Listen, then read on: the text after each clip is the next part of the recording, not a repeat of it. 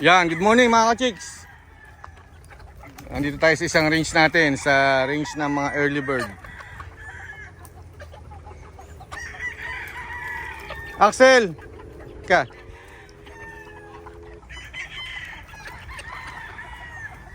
Ito yung mga early bird natin mga ka-chicks. Mga ayos na to. Maganda na yung mga katawan.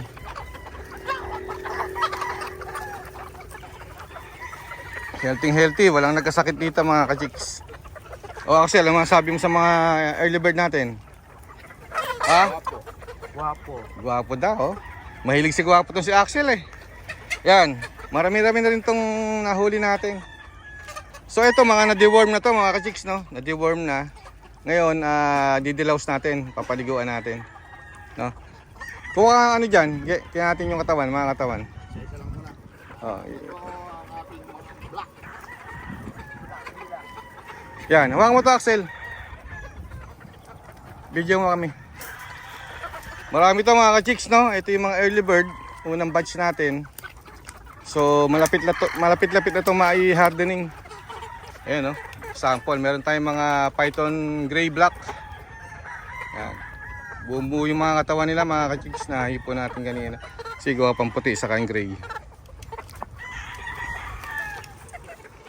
Yan, marami-rami to.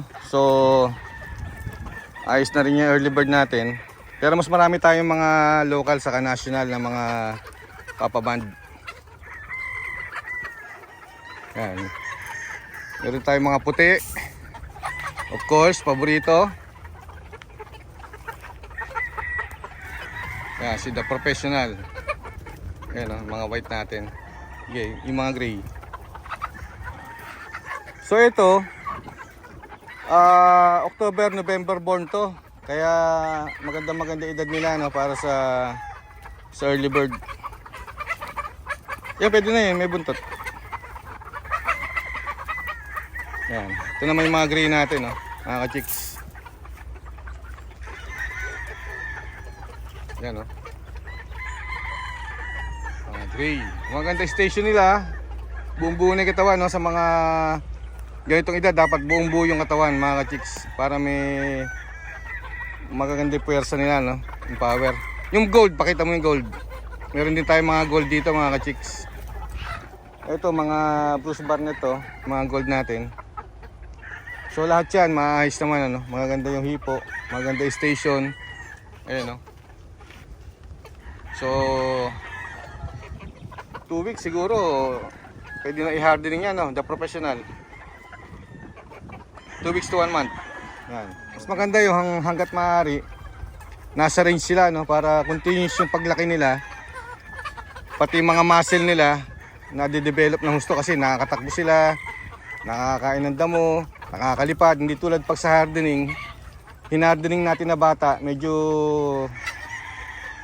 yung galawan nila medyo lumiliit, ano. Yan.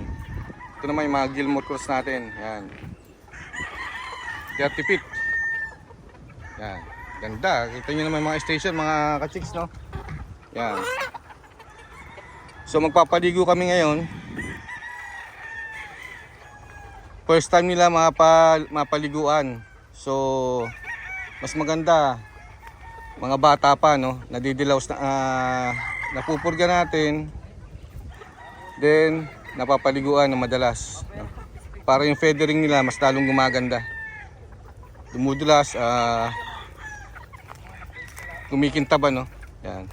Sa kailangan din talaga mapaliguan ito dahil minsan mainit, sobra init, hindi sila napapaliguan. Okay, so mga ka-chicks,